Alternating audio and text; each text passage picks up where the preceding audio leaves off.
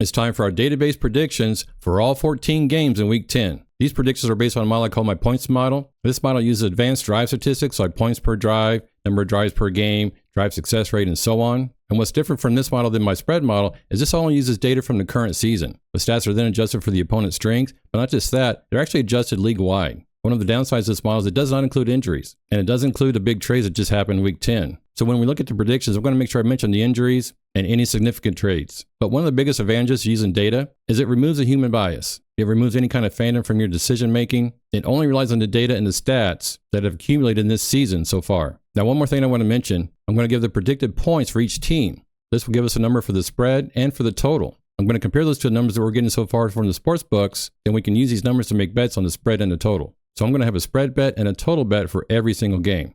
Now, I'm not going to bet all these. In fact, I'm only going to bet a few. But you can think of it like this. Use this model to give you a baseline. This is what would happen on average. I will track the record of this model week by week and over the entire season, but I'm not going to worry about its record. Again, just think of this model as giving us a baseline. And if the model differs significantly from the spread line and the total line, then that's either an edge, which we can bet, or maybe the model is missing out on a significant injury to a star player. Now, I'm going to go kind of fast through these games. I might mention a couple of facts about each game, but for the most part, I'm just going to give you the numbers. Let's get to it. And I'm going to go full screen on these picks to make it easier to see the numbers. Our first game is Thursday Night Football. We have the Broncos at home against the Raiders, and the points model likes the Broncos 30-12. So the model likes the Broncos to cover an 8.5 point spread at home. And this is my first bet in this video. In fact, I gave this out in my Tuesday video. This also means the model likes the total going under 43.0, but because the model predicts 42 points, and that's really close to 43, I'm not going to take that bet. For the next game, we have the Falcons against the Colts. This is in Berlin. This is on Sunday morning. The Colts are 6.5 point favorites against the Falcons, and the model likes the Colts to win 28-19. So the pick here would be the Colts minus 6.5 to cover the spread in Berlin. And in fact, this is my second best bet. The total there is 47, so we're going to go under 48.5 for the total. Now, the Colts just got Sauce Gardner in the trade from the Jets, so the spread line has actually moved up from the Colts' favor. And I can definitely see the Colts trying to get right after their loss in Pittsburgh in Week 9. For the next game, we have the Buffalo Bills at the Miami Dolphins. This is a 1 o'clock game on Sunday. The Bills are 9.5 point favorites, and the model likes the Bills 30-20 against the Dolphins. So thinks the Bills are going to cover a 9.5 point spread in Miami, but since that's a 10 point margin and that's so close to 9.5, I'm definitely not going to take that bet. But the Bills are looking really good right now, and the Dolphins just traded away one of their best defenders. And the Bills' defense is looking a lot better. So I could actually see the Bills covering the spread, but I'm not going to bet it based on the data.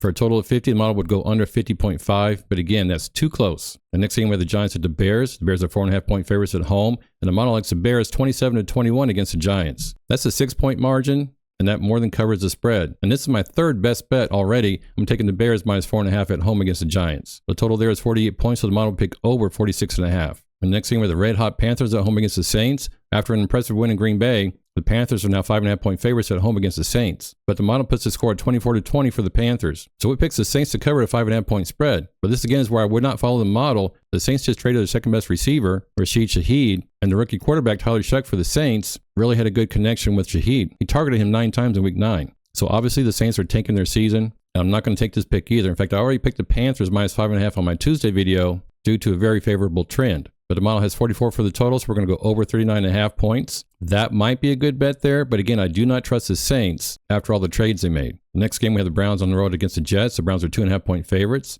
The Jets are also trading away their players. They traded away Sauce Gardner to the Colts. That might make it a little bit easier for the Browns to move the ball. And the model likes the Browns 20-17. So in fact, it picks the Browns to cover a 2.5 point spread. The total points there are 37, so the model would pick under 38. Next, we have the Jaguars at the Texans.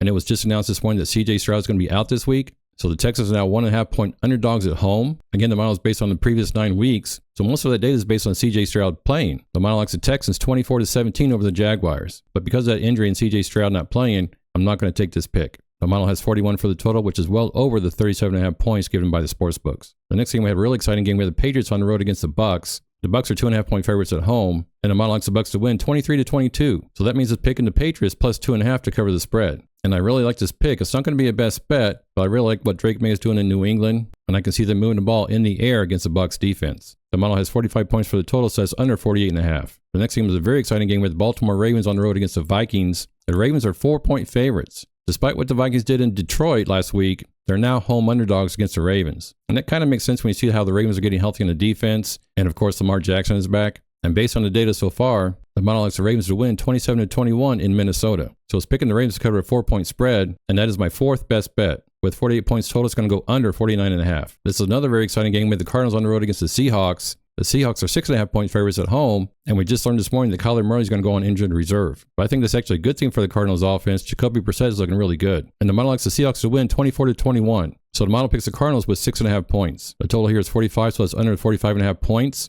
That's, of course, really close. I'm not going to pick that total there. But I have to say, I think the Seahawks are probably the best team in the NFL right now. They have a very strong offense and defense, but the Cardinals have a really strong defense. So while I would lean towards the Seahawks to cover the spread, because of what the model thinks, I'm just going to lay off this game. Next, we have the Commanders at home against the Lions. The Lions are 8.5-point favorites on the road. And of course, they look shaky at home against the Vikings defense, but the model likes the Lions to win 27-20. So that means the model is picking the Commanders with the 8.5 points. 47 points is the total, so it's going to pick under 49.5. For the next game, we have a really intriguing divisional matchup here, the Rams at the 49ers. And this is a big-time revenge game. The Rams lost as home favorites in Week 5 against the 49ers in a really weird game. But the one player in that game that really made a difference for the 49ers is Fred Warner, and he's out. But the model thinks the Rams are going to win 24-20. So not quite over that spread, daggone it. I was really hoping the model was going to have a bigger spread here, but the model's going with the 49ers plus 4.5 points at home. I don't like this bet. In fact, because of the revenge factor, and that's a really strong trend, I'm going with the Rams to cover the 4.5-point spread. In fact, I placed a bet on the Rams to cover a 3.5-point spread on my Tuesday video. We have 44 points for the total, so under 49.5.